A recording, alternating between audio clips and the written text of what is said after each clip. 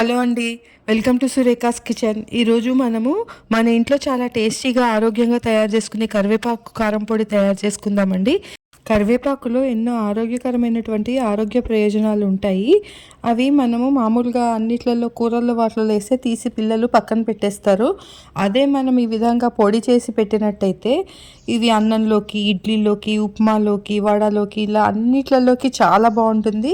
దాని ఆరోగ్య ప్రయోజనాలన్నీ మనము అందరికీ ఇంట్లో వారందరికీ అందించిన వారం అవుతాము. ఇది తప్పకుండా చేసి పెట్టుకోవాలండి. చాలా బాగుంటుంది ఇది. దాని ప్రాసెస్ ఏంటో ఇప్పుడు దానిలోకి వెళ్ళిపోదాము. వీడియోని మొత్తం చూడండి. ఇక్కడ నేను కరివేపాకుని ఒక 5 కట్టల దాకా తీసుకొని దాన్ని శుభ్రంగా కడిగేసుకొని ఒక బట్ట మీద దాన్ని ఆరబెట్టుకుంటున్నానండి. కింద ఇంట్లోనే ఫ్యాన్ గాలికి ఆరబెట్టుకోవాలి.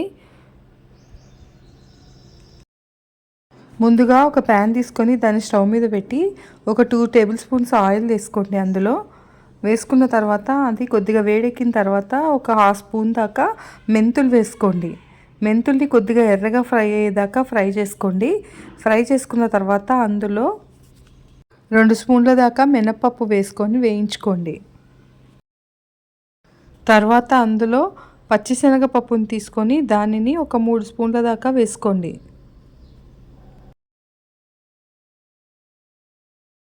దానిని బాగా కలుపుకొని కొద్దిగా వేయించుకోవాలి. అది కొద్దిగా వేగిన తర్వాత అందులో 2 స్పూన్ల ధనియాలు, 1 స్పూను జీలకర్ర వేసి బాగా కలుపుకోండి. అది ఈ విధంగా బాగా ఎర్రగా ఫ్రై అయిన తర్వాత దానిలో ఎండుమిరపకాయలు వేసుకోవాలి. ఒక 30 ఎండుమిరపకాయల దాకా తీసుకున్నాను ఇక్కడ నేను. ఇవి వేసి బాగా ఎర్రగా ఫ్రై అయ్యే వరకు వేయించుకోవాలి. ఇవన్నీ బాగా ఫ్రై అయిపోయిన తర్వాత ఒక ప్లేట్లోకి తీసుకొని పక్కన పెట్టుకోవాలి. ఇప్పుడు అదే ప్యాన్లో ఇంకొంచెం నూనె వేసి మనం కడిగి ఆరబెట్టుకున్నటువంటి ఈ కరివేపాకుని వేసి మంచిగా ఎర్రగా క్రిస్పీగా అయ్యే వరకు వేయించుకోవాలి. హైలో పెట్టి వేయించుకోకూడదండి, సిమ్లో పెట్టే వేయించుకోవాలి. హైలో పెడితే ఆకు సరిగ్గా వేగకుండా మాడిపోతుంది. అందుకని సిమ్లో పెట్టి చక్కగా ఫ్రై చేసుకోవాలి. ఇప్పుడు మిక్సీ జార్లో మనం ఇందాకే ఫ్రై చేసి పక్కన పెట్టుకున్న ఈ పప్పులన్నిటినీ కూడా వేసేసుకోవాలి. ముందుగా ఎండుమిరపకాయలను వేసి వాటిని మెత్తగా పొడి చేసుకుందాము. ఈ విధంగా ఎండుమిరపకాయలు మెత్తగా పొడి అయిన తర్వాత మిగిలిన పప్పులన్నిటినీ కూడా వేసేసి మెత్తగా పొడి చేసేసుకోండి. ఇప్పుడు ఈ పొడిలో ఒక నిమ్మకాయ సైజ్ అంతా చింతపండుని వేసి ఒకసారి మెత్తగా పొడి చేసుకోండి. ఈ విధంగా పొడి అయిన తర్వాత అందులో కొద్దిగా కరివేపాకు వేసుకొని పొడి చేసుకోండి.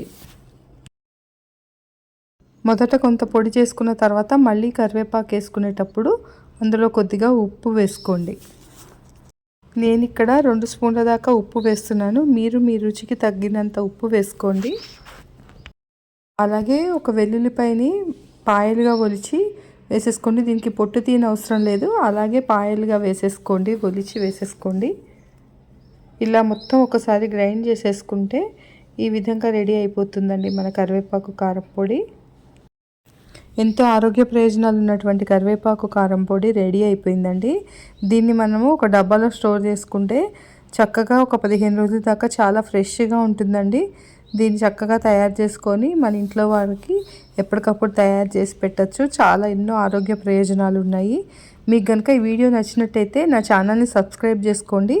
Thank you for watching.